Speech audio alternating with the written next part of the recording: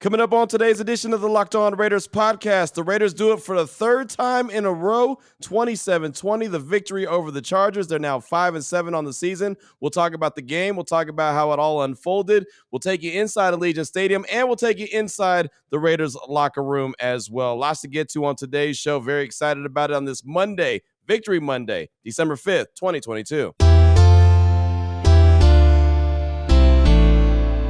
Just win. Just win. Just win. Just win. The autumn wind is a raider, pillaging just for fun. He'll knock you round and upside down and laugh when he's conquered and won. And won. And won. And won. And won. And welcome in, Raider Nation, to another edition of the Locked On Raiders podcast. Thank you so much for making the show your first listen each and every day. Remember, you can find the Locked On Raider podcast free and available on all platforms, including YouTube. Lots of subscribers to YouTube. It's really blowing up, or still, it's growing. It's growing pretty well, I'd like to say, because my guy Ari makes sure that we're on YouTube each and every day. So shout out to my man, Ari. You can find him on Twitter at Ari Produces. Today's edition of the Locked On Raiders podcast is presented by Prize Picks. Prize Picks is daily fantasy made easy. You pick 2 to 5 players. If they score more or less than their Prize Picks projection, you can win up to 10 times your money on your entry. And first-time users can receive a 100% instant deposit match up to $100 with promo code Locked On. That's prizepicks.com, promo code Locked On. So let's go ahead and jump right into it, Raider Nation. A lot to get to on today's show. Want to talk about the game, how it all shook out, how the Raiders got the 27-20 victory. Also want to take you inside Allegiant Stadium for something that went on that was very special before the game and at halftime to honor Cliff Branch. Want to tell you about that. And then, of course, we're going to take you inside the locker room at about 7 different players that we got a chance to talk to in the locker room. You'll hear from a couple of them on today's show. So let's go ahead and go over the game. The Raiders win 27-20. Derek Carr, decent day, 16 for 30, 250 yards, 2 touchdowns, and an interception. And the interception really, first of all, he shouldn't have thrown the ball. It was his bad for throwing the ball. The pass to Mac Hollins, thought he should have gone to Devante Adams and could have picked up the first down, but tried to force it to Mac Hollins, and I don't think he would have caught it anyway. But he didn't have a chance to catch it because it was clearly pass interference that the officials threw the flag on, and then they picked it up and said, never mind. It turned into a Callahan pick 6. So all of a sudden you look up and the Chargers are up 10-0, and you're thinking, ruh-roh, right? Now what, right? What's going to happen now? But the Raiders were able to respond. They never got farther behind than 10-0, and they were able to climb back into the game and obviously pull it off and win it. And they had a big third quarter to help them do that as they put up 14 points in the third quarter. But Derek Carr, Raiders PR put out that has now reached 20 passing touchdowns on the season, his 8th career season with 20-plus passing touchdowns, only the 6th player in NFL history to have 8 or more seasons with 20-plus passing touchdowns in their first 9 seasons in the NFL. And who did half of his passes go to? You got it, Devante Adams. 8 catches, 177 yards, 2 touchdowns. He's over 1,100 yards receiving on the season, has 2 more touchdowns under the belt. I mean, the dude is fantastic, right? All game long, he just looked like a cheat code. Even when the ball wasn't coming his way, sometimes I get caught up just watching him run routes and the way that he, how he manipulates the defensive back. I mean, I don't know how those guys are out there defending them, and they're obviously pros, and they're really good at what they do. Like, I don't want to make it seem like it's nothing. It's light work out there for them, but man, just watching him run routes is just a thing of beauty. If you want to just, especially if you tape the games, go back and just look at some of the routes that Devante Adams runs. Get one touchdown on a flea flicker. That was a really good play. And that flea flicker, obviously Josh McDaniels is going to that more often than not now, right? It's worked a couple times now. It's looking pretty good. And, man, just to have Devante Adams out there, and you know that he is that kind of weapon that really anytime the ball is near him, there's a good chance he's going to make the catch. Even he had a sideline catch with one hand, but he didn't get both feet down. So that didn't count. But it was just to know that he caught the ball was pretty amazing. So 8 catches, 177 yards, 2 touchdowns. Raiders PR put out that Adams has now notched his 7th game this season with 100-plus receiving yards, tied for the most in the NFL. His 700-yard games are tied for the most in a single season in Raiders history and the most since 1997 when Tim Brown did it 7 times. And who else was involved heavily in the game? And since the Raiders didn't get too far behind early, Josh Jacobs, again, another monster performance. 26 carries, 144 yards, a touchdown, 2 catches. He only had 6 yards on those 2 catches, and he did fumble the ball. He turned it over once, but he was just trying to give a little bit extra effort. And sometimes, I'm not going to get mad at a guy for just extra effort and it ends up turning into a turnover, especially when he's had a season like Josh Jacobs has had. I mean, that dude has been the guy for the Raiders all season long. Even when they weren't giving him the ball that much, he was still just, I mean, incredible. You want to talk about two guys that are fun to watch? I was talking about Devante Adams. Josh Jacobs is fun to watch too. What he does after he gets contacted, I mean, he breaks so many tackles. It's ridiculous. I mean, he goes into the pile, then all of a sudden you see him squirt out the other side of the pile. It's like, man, he's still running. Yeah, 26 times, 144 yards and a touchdown. And then again, like I said, 2 catches for 6 yards and that fumble.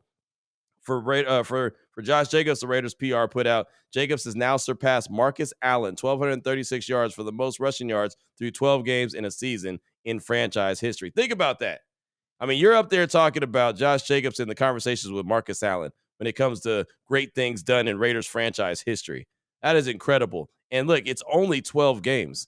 I don't know how many, if he plays all 17 this season, I can only imagine how many yards he can end this season with. But over 1,200 yards rushing already in 12 games is fantastic for Josh, and couldn't sing his praises enough. Defensively, thought the Raiders defense did a really good job, especially keeping them in the game early when the Raiders got down 10-0. And again, look, 7 of the points that the Chargers got was off the pick 6. So that wasn't even on the defense. Think about this. The Chargers only scored 20 points. 13 is what the Raiders defense gave up. That is nothing. The Raiders defense really came to play. All day. I just kept tweeting about, wow, the Raiders defense really looks good. Really looks good. They're flying around the ball. And Chandler blank and blank Jones, right? That's all you can say about him. All of a sudden, he showed up to the party. 3-sack day.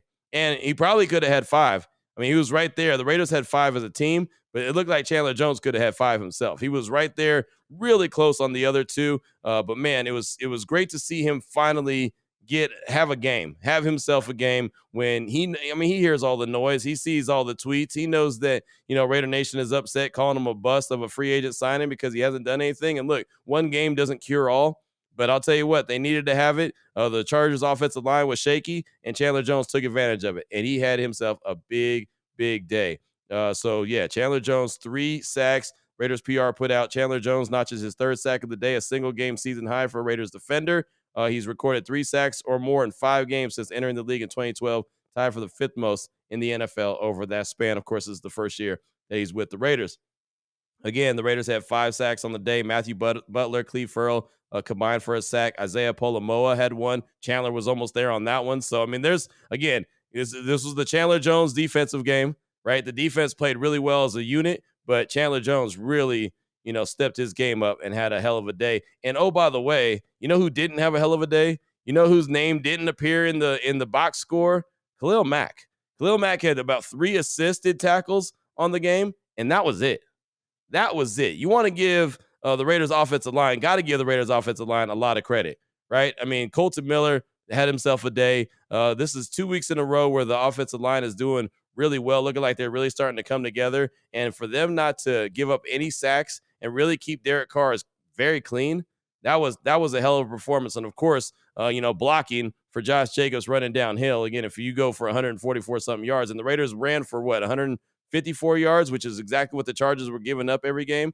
They were giving up 150. They got 154. But the offensive line, you got to give them a lot of credit. I mean, there's so much to take away from this game and so much that we could talk about. I could do just a whole segment just on the offensive line. I could do a whole segment on just the offense. I could do a whole segment just on the defense. I could do a whole segment on Cliff Branch. Right? I mean, just talking about the Cliff Branch, the ceremony that they had for him before the game and after, or in at halftime. And it was fantastic. It really was. I mean, they did a hell of a job. Matter of fact, we're going to talk about that coming up in segment number 2. And of course, throughout the course of the week, heading into Thursday, we'll continue to talk more and more about the game. And you'll still hear from some Raider players in the locker room coming up in segment number 3. But the Raiders did. They played a hell of a game. I thought that they did a really good job. I'm not going to say that it was, perfect. Obviously, there was areas that could still be improved, but man, they did themselves a good job, especially after getting down early, instead of just kind of, withering away and saying, well, there goes this one's, this one's a done deal. They fought back early and went in the locker room at halftime, made some good adjustments, and came out in the second half and did what they did. So they get a 27-20 victory, improved to 5-7 overall pick up another victory at Allegiant Stadium. That's 10 now, double-digit wins in the history of Allegiant Stadium, and that's what they need to do. I talked about it on Friday's show. They need to find the way to be dominant at home and start winning consistently at home. So when teams go there, when other fan bases go there, they're going expecting a loss. Like, yeah, we're going to go see our favorite team, but they're probably going to lose because, well, the Raiders play really well at home. They've got to start doing that more and more and more. So to pick up that victory at home on Sunday was really good. Coming up in segment number 2, going to talk about the honor that Cliff Branch received before the game and at halftime. That's all coming up after I tell you about a couple great sponsors here of the Locked On Raiders podcast. And the first one is Total Wine and More. This holiday, find what you love at Total Wine & More. With so many great bottles to choose from, it's easy to find a new favorite single-barrel bourbon or the perfect gifts for everyone on your list with some help from a friendly guide. And all with the confidence of knowing you found something special for the lowest price. You'll love what you find only at Total Wine & More. Curbside pickup and delivery available in most areas. Visit TotalWine.com to learn more. Spirits not sold in Virginia and North Carolina. Drink responsibly. Be 21. Also want to tell you about Simply Safe. And here at the Locked On Raiders podcast, we all believe that home should be where you and your family feel safest, especially over the holidays. This season, give yourself and your family the gift of peace and protection with the #1 rated home security system, Simply Safe. And right now, Simply Safe is offering all Locked On Raider podcast listeners 40% off a new security system. But you don't want to wait. You cannot put it off. You've got to do it now.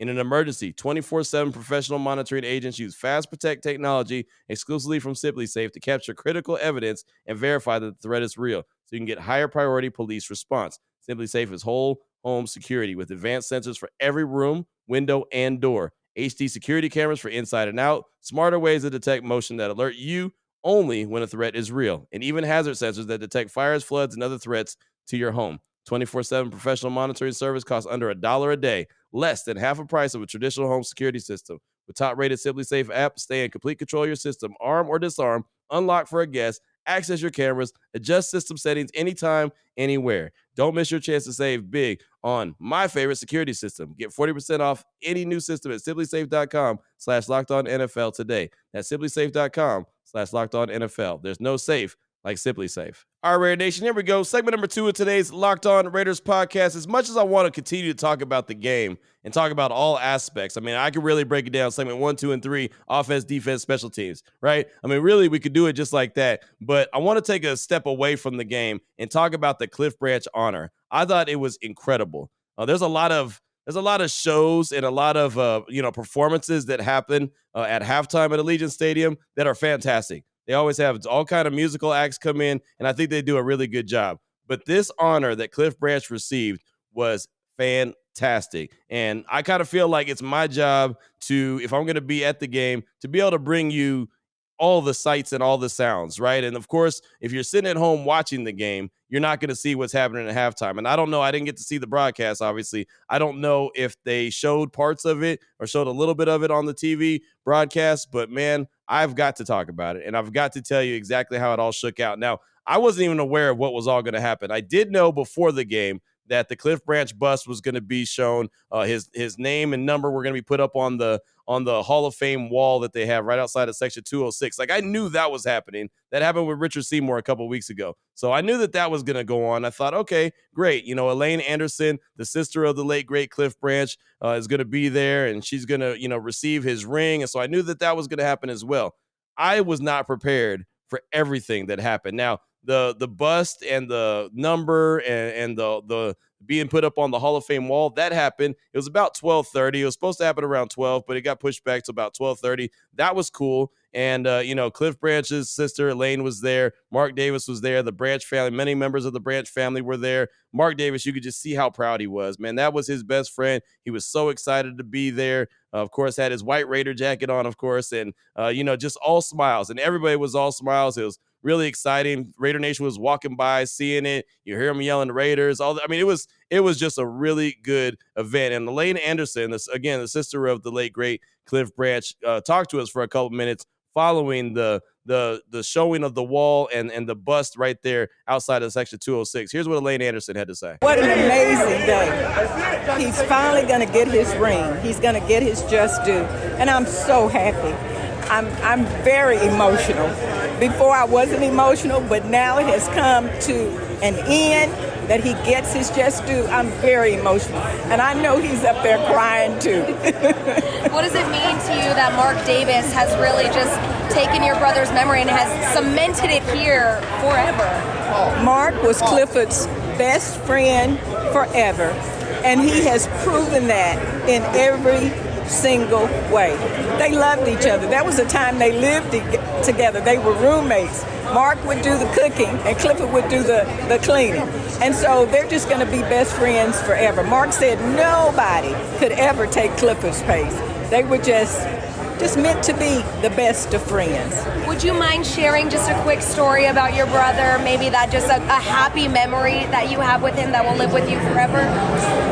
The fact that he understood he was worthy to be in the Hall of Fame, and he also knew he was going to the Hall of Fame because he'd always say, when I go to the Hall of Fame, when I go. So I'm just really proud that he was confident in himself and he knew he was going one day. How about the memories from when Mark and Cliff lived together? Do you have any special memories from that time as well? Clifford would get up on Saturday mornings before the game and he'd do all the cleaning. And Mark is like, why are you cleaning? I think Clifford had some nervous energy he needed to burn off. So he'd clean up the apartment and Mark would cook. And that's how they lived. What does it mean to see Raider Nation out here celebrating your brother like they are? Let me tell you, he loved Raider Nation. When he'd run into the fans, he would actually let them try on his rings. Yeah. He had no fear. He said, those are my fans. I love them and they love me. So to see them here today is the ultimate. And to get his ring. And the ring is at halftime. The ring is the icing on the cake. Yeah. It's the icing on the cake. Absolutely. Thank you. Thank you. So there you go. That's the sister of Cliff Branch. And, you know, she said she wasn't emotional at first, but then she got emotional and she was so happy to be there and hear Raider Nation yelling Cliff Branch. And so I thought that was cool, right? I was glad that I went to it. I was glad that I got a couple minutes of audio from Elaine. I was thinking, man, this is going to be great on the show. Cool. And then I knew at halftime they were going to give her the ring, the Hall of Fame ring, because now the deceased are actually going to get the rings as well. The families are going to get the rings as well. And Mark Davis has been working on that for a very long time. He wanted the Branch family to make sure that they got the Hall of Fame ring, and they did. So I knew that was happening. But Raider Nation, when I tell you that they put on a show at halftime, I'm sitting in my seat in the press box. And normally at halftime, I'll get up, go get some water, go grab something to eat, maybe talk to a couple of the media members. I was just stuck in my seat. First of all, there were so many members of the Hall of Fame, Raider Hall of Famers that were there. Art Shell, Freddie Biletnikoff, Tim Brown, Marcus Allen, Charles Woodson, many more, right? That's just a handful. I'm not even doing them a justice because that's not even like half of them that were there. It was a nice little showing there of Hall of Famers there to be, to greet Elaine when she got the ring on the field. So that was cool.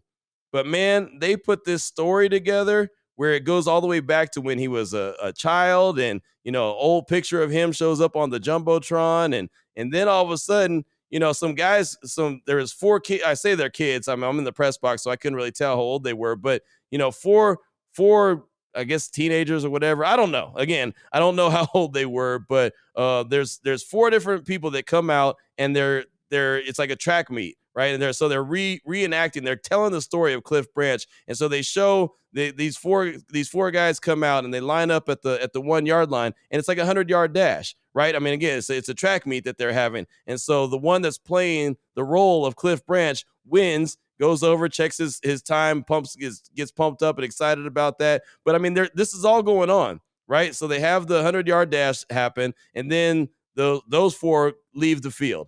And then all of a sudden you see out of the other end zone, all of a sudden somebody come walking down the tunnel wearing the 21, wearing the Raiders jersey, wearing the helmet. I mean, just all decked out. And it's someone playing Cliff Branch, and they look just like him. I mean, it was, again, fantastic. Then you see Freddie Biletnikoff with his 25 jersey on, and he's playing catch with the guy playing Cliff Branch. and showing Cliff how to catch the ball, because Freddie Biletnikoff, you know the story of Cliff Branch, taught Cliff how to catch a football. And then Jim Plunkett throws a pass to the guy playing Cliff Branch that reenacts the 99-yard touchdown catch and run that Cliff Branch had. And it was fantastic. It's funny, my guy Mike Taylor, who does a PR for the Raiders, he walked by me in the press box when he catches the ball and he's running and he gets about the 30-yard line. MT said, and yeah, he pulled a hamstring right there, right? Because that's what happened in that play. Cliff Branch pulled a hamstring around the 30-yard line, and still outraced everybody. But just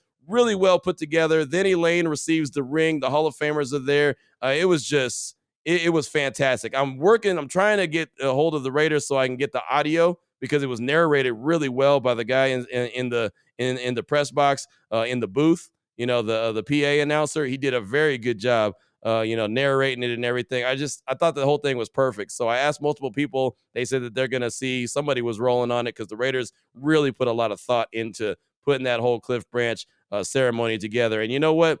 It shouldn't surprise me. I shouldn't have been caught off guard, because again, that's Mark Davis's best friend. That was his guy. That was his dude, right? I mean, so when you talk about best friends, they were thick as thieves. That's who they were. Those guys were roommates. They lived together. Mark Davis negotiated his Cliff Branch's contract against Al Davis. There's nothing that those two didn't do. And so when it came to the Hall of Fame and Cliff Branch, Mark Davis has taken so much pride in everything that has to do with that, from the party that they had, from having all the alumni there in Canton, Ohio, when Cliff was enshrined into the Hall of Fame. Everything, it's been top notch. It's been next level. And Mark Davis is very, very proud of it, as he should be. And so anyone who was there at Allegiant Stadium and saw it, I know everyone was glued to their seats at halftime because it was fantastic. Everyone who saw it, that's awesome. And if you didn't see it, I'm hoping to get that audio. And if I do, I'll put it on the podcast, of course, because it's something I'd like to hear again. Forget to put it on the podcast. I'd like to hear it again just for myself. But that's all I got for you for segment number 2 of today's Locked On Raiders podcast. Just had to talk about the honor for Cliff Branch. I thought it was fantastic. Again, a great job that the Silver and Black, the Raiders, were able to do. Coming up in segment number 3, we're going to take you inside the Raiders locker room. Got a lot of guys that I talked to. Obviously, I'm not going to be able to put them all on the show, but we'll pick out a select few that you'll hear from, and you'll hear it in segment number 3 after I tell you about the title sponsor of today's show, which is Prize Picks. Prize Picks is daily fantasy made easy. You pick 2 to 5 players. If they score more or less than their Prize Picks projection, you can win up to 10 times your money on any entry. So I can imagine that Josh Jacobs' Prize Picks projections were probably pretty high. Devante Adams' Prize Picks projections probably pretty high. But someone won a whole lot of money if they picked correctly. 10 times your money on any entry. No competing against other people. It's just you versus the projections available. Prize Picks offers projections in any sport: NFL, NBA, NHL, PGA, college basketball. It doesn't matter. Soccer, whatever you're watching, they got it. Entries can be made in 60 seconds or less. It's that easy. Safe and fast withdrawals. Currently operational in over 30 states and in Canada. What you got to do is download the Prize Picks app or go to prizepicks.com to sign up and play daily fantasy sports. First-time users can receive a 100% instant deposit match up to $100 with promo code Locked On. If you deposit $100, Prize Picks will give you $100. You deposit $50, Prize Picks will give you $50. Don't forget, you got to use the promo code Locked On at sign up for instant deposit match up to $100. Here we go, Raider Nation. Segment number 3 of today's Locked On Raiders podcast. Lots of good audio from the Raiders locker room. You know the one guy I didn't get? We talked to Devante Adams. We talked to Max Crosby, Nate Hobbs, Duron Harmon, Josh Jacobs, Trayvon Moehrig, Jermaine Illuminor. You know who's not on that list? Chandler Jones. Right? The one guy that I should have talked to, Chandler Jones, is the one guy I didn't get a chance to talk to. And it's funny, when you're in the locker room, you got to be strategic, right? You got to see who's getting dressed, who's coming out of the shower, when they go in the shower. It's like you got to be smart about it, because if you start talking to one person, you might miss another person. So you got to prioritize who your important people are. And it's funny because I saw Chandler Jones when we walked in, and normally Chandler gets out of the locker room pretty quick. But he had a big game, so he wasn't the first one out of the locker room this time. Matter of fact, when we got in, he was actually going into the shower. So I was like, all right, cool. We'll catch back up with Chandler in a little bit. But we saw Devante. So, okay, let's go start talking to Devante Adams. So we did. And while we're talking to Devante Adams, Chandler Jones is dressed, and a couple of media guys, they kind of broke off of the Devante Adams conversation and went over there and grabbed Chandler real quick. I wasn't a part of that. So unfortunately, I didn't get any Chandler Jones audio. And so I guess I failed in that resort. But I mean, again, Devante Adams, Max Crosby, Nate Hobbs, Teron Harmon, Josh Jacobs, Trayvon Moehrig, Jermaine Illuminor. Can't be too upset at that. And a couple one-on-ones in Trayvon Moehrig and Jermaine Illuminor. But let's start with Devante Adams. He was the first one that we got when we got into the locker room. This is a group session here, just talking all things, well, his performance, right? And the Raiders' performance as they're winners now of 3 straight. They're on a little bit of a roll. And the last time we were in that Raider locker room was following the loss to the Colts. And we all know how that was. That was really bad. That was, Derek Carr was upset at the podium. Devante Adams was frustrated in the locker room. Needless to say, it was a lot different mood on Sunday. So here's Devante Adams following the game. These last few weeks, as an offense, collectively running the ball, throwing the ball, y'all really kind of coming into form. We'll start to click for you. Just the confidence, the juice, the unwavering belief in ourselves that we can play, and we show it every week. We just show it in bunches. So for us, it's just about being consistent as possible and going out there putting the same result on tape every time. And if our defense go out there and play like that, it keeps our mind in it too. Make it a little easier. We don't have to scramble when we have a slow start like that. Last time we were in this locker room, it's a very different feel after the Colts game. Would you consider that a turning point for you guys? I don't like labeling stuff and being dramatic with terms and all of that. I just say that we definitely playing a better brand of football right now. Complimentary when the offense isn't doing great. The defense goes out there and they do their job and they hold teams to both scoring or just stop them at critical moments that help us, on offense, and then vice versa. So, I'm not really about trying to say, we're being slept on or, it's a turning point, stuff like that. I'm not really with that. I'm more like, we're doing the right thing. We just got to keep it going. Keep some momentum. Was there anything in that experience that you guys carry with you now, though? All the positives. Use some of check the tape out, see the negatives, and think. Find out why things happened the way they did. Obviously, the turnovers are pretty obvious, but the small things that led to us, coming off the field, we got to see that and then correct it. Does a win over a division rival make the win a little bit sweeter? 100%. We know that all of them are sweet. Anytime you can get a victory in this league, it's hard to win in this league. So anytime you can win, you're gonna feel good about that. But anytime it's a team, a really good football team like that, and then a division opponent, it's definitely more sweet. You're on an individual stats guy. Right now, you're on pace pretty much to break franchise records and receiving for everything. Does that have any added significance to you going up Raiders? Well, it's great, but the stats mean a lot to me in the sense that it means that I'm holding my end of the bargain and I'm doing what I got to do. And the efficiency part is a big part of it too. So we got to make sure we're being as efficient as possible. And, let the stats and all of that take care of themselves down the road. But ultimately, I want to get the ball so I can put the team in a position to win games. On an efficiency standpoint, early on in the season, even something like the first game against the Chargers, maybe we had big numbers, but it took a lot more targets to get maybe what we had today. Right. What do you think clicks just in terms of being more efficient? Starting to understand a couple of these defense, what they're trying to do to, stop us and some of these, exotic coverages. A team like this plays a million coverages, so just getting out there, a little bit of experience and more game time together, that usually leads to, positive things. Can you talk about the short week coming up and the mindset of how you get ready on short rest? Well, just got to get back to it. It's basically a Wednesday today in the regular week, so got to get in there and take care of our bodies. It'll probably be a lot lighter week as far as our workload and lifting and all of that type of stuff because this thing's gonna get up on us pretty quick. So we just got to do our job to make sure we're taking care of our bodies. Using a day like tomorrow where we'll probably have a little time off, dive into film, watch the game, and then move on to LA. How's the chess match out there with the Charter DBs? Talking a little trash out there? Talking a little back? Nah, they wasn't talking about nothing out there. They was just playing. Anytime we were talking, it was more love than anything. That's not even my game. Sometimes it'll get to that, but for the most part, I like to just get out there and play ball. Talking about short week, I don't know how much you believe in momentum, but how do you see the momentum from this game carrying on the short week? Yeah, it definitely can, especially with it being a lot tighter. It's a little fresher in our memory what we did.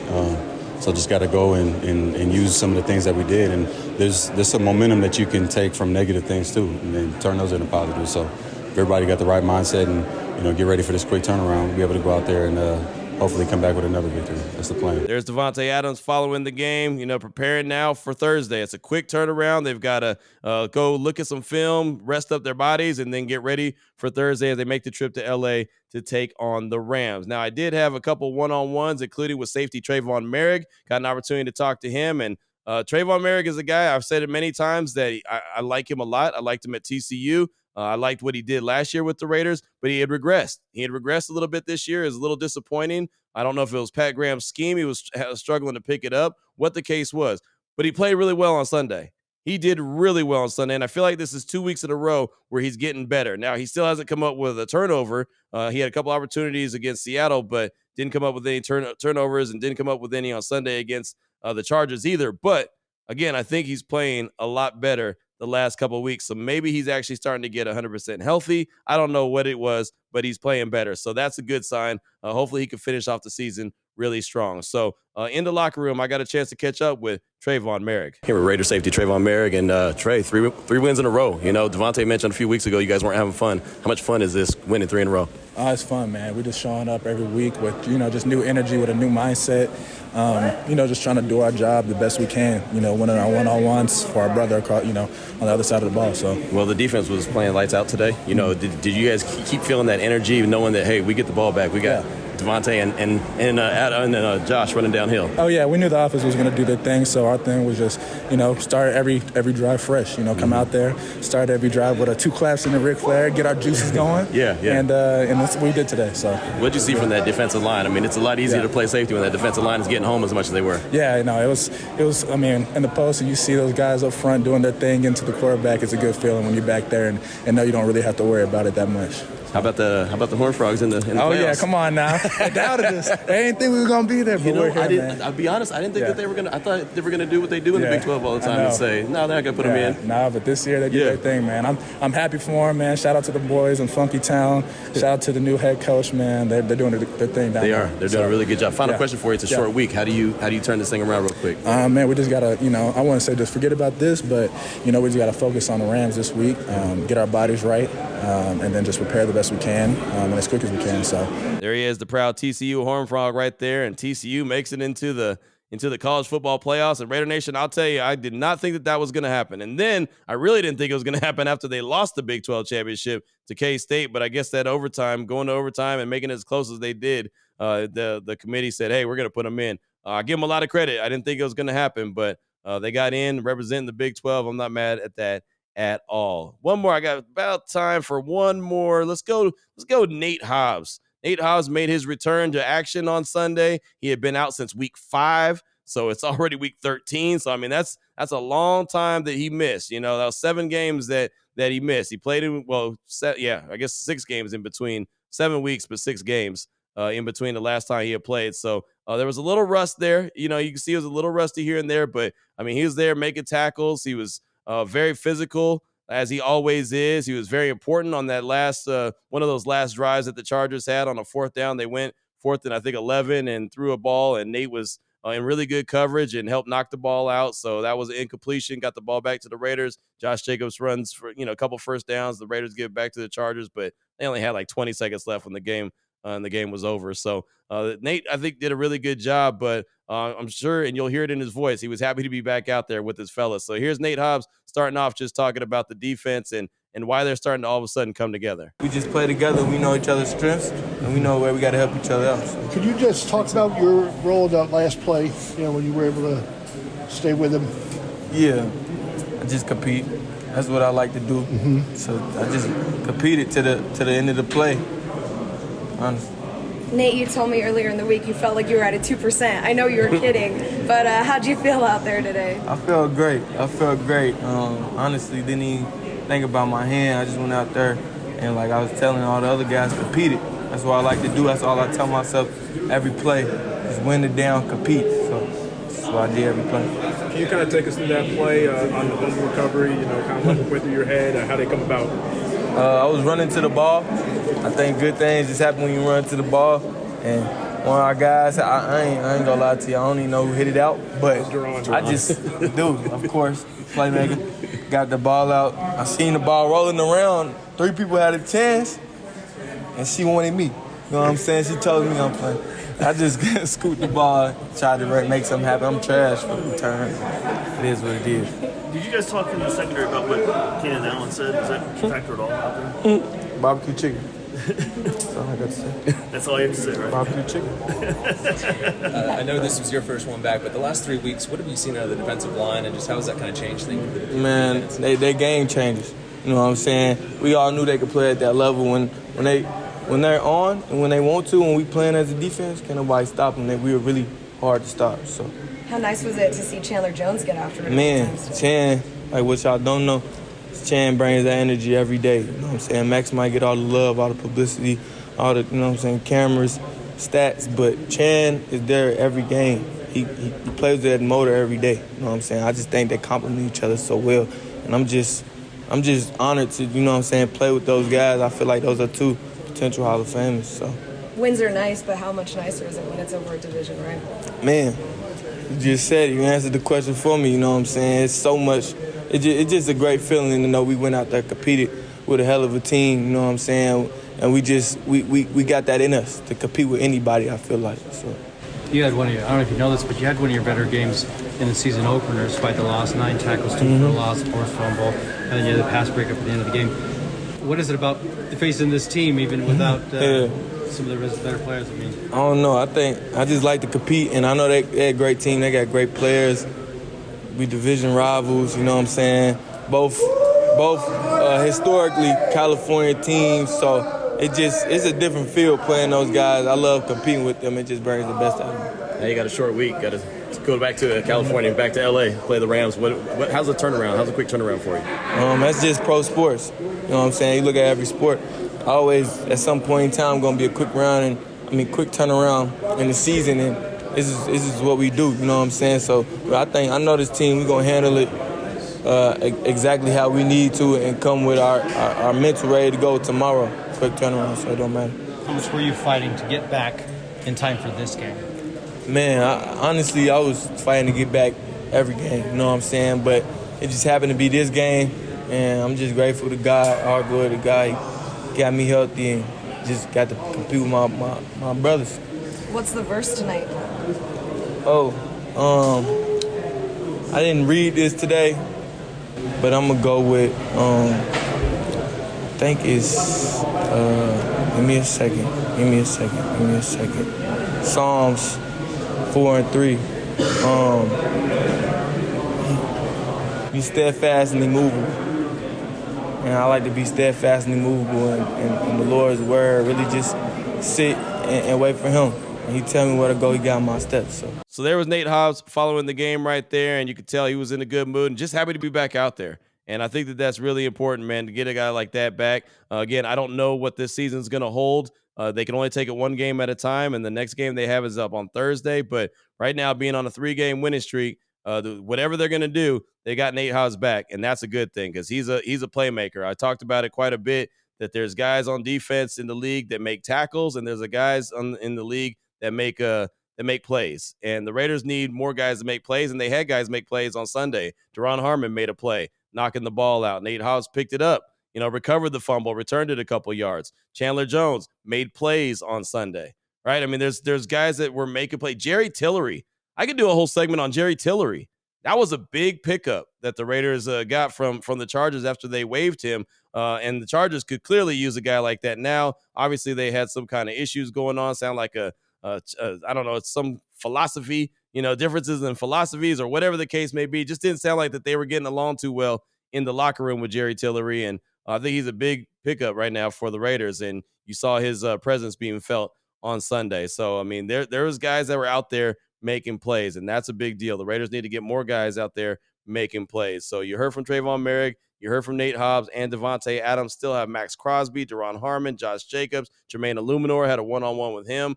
Shout out to the offensive line, right? All those guys should get a tip of the cap because they played a hell of a game against the Chargers and Khalil Mack, and they have some pass rushers there on the Chargers, and they didn't sack Derek Carr one time on Sunday, so that was a big deal. But that's all I got time for today on the show, Raider Nation. Coming up tomorrow, we'll continue with some of the locker room sound. We'll have more news and notes. We're going to meet with Josh McDaniels around 9 o'clock this morning. He pushed it up a little bit. Usually it's around 10:30. It's going to be at 9 this morning. And again, it's like a Wednesday already, right? Because they got to hurry up and get things turned around real quick as they prepare for Thursday's game in LA against the Rams at SoFi Stadium. So that's all we got time for Coming up tomorrow, as I mentioned, news and notes. We'll have more sound from the locker room. Plus, we'll continue to talk about the game. There's so many elements of this game that we could talk about. So until then, Raider Nation, thanks so much for making the show your first listen each and every day. Remember, you can find the show free and available on all platforms, including YouTube. Shout out to my man Ari at Ari Produces on Twitter, doing a fantastic job. Not only getting the show up on YouTube, but keeping track of the subscriptions and all that other good stuff, and people leaving comments. And so Ari's checking all that kind of stuff. And if you have any tips or whatever, feel free to leave them and hit him up on Twitter at Ari Produces. Again, does a fantastic job. Many thanks to him for all his fine work. So until tomorrow, Raider Nation, take care of yourself, take care of your family, love on your family, and most importantly, as always, as the Raiders have done for 3 weeks in a row now, just win, baby.